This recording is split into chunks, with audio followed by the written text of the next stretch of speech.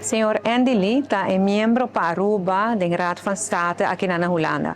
A Raad van State está atendendo, entre outros, lei de reino, que está afetando Aruba também, porque é importante para nós também ter membro em não.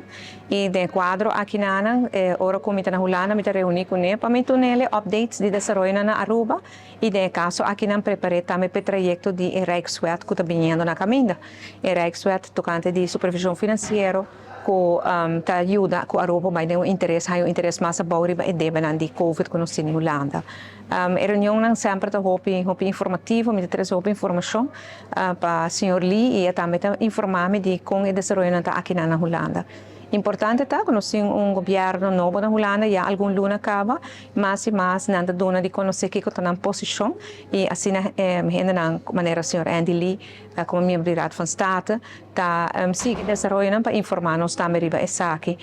Mas bisa que a reunião vai muito bom, de qual houve informação e especialmente para nos preparar para o projeto que também nós dilante, se em caso que finalizar a negociação e uma lei de reino wordo aprovada também do governo novo de Aruba, do partido de Aruba, so na fim de dia é um ponto muito importante.